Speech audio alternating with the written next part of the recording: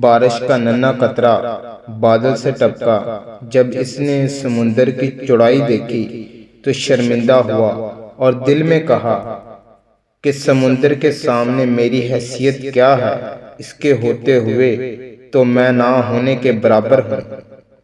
جب اس نے اپنے آپ کو حقارت سے دیکھا تو ایک سپی نے اس کو اپنے منہ میں لے لیا اور دل و جان سے اس کی پرورش کی۔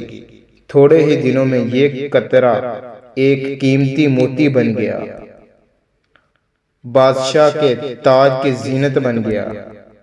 اسی طرح میرے دوستو، کبھی اپنے آپ کو حقارت کی نگاہ سے مت دیکھنا، مایوسی سے مت دیکھنا، کیونکہ مایوسی ایک گناہ ہے اور اللہ تعالیٰ نے آپ کو بغیر مقصد کے اس دنیا میں نہیں بھیجا۔ اپنے مقصد کو ڈھونڈ لیں اور اس کو پورا کرنے کی ٹھان لیں، زندگی میں کامیاب ہو جائیں گے۔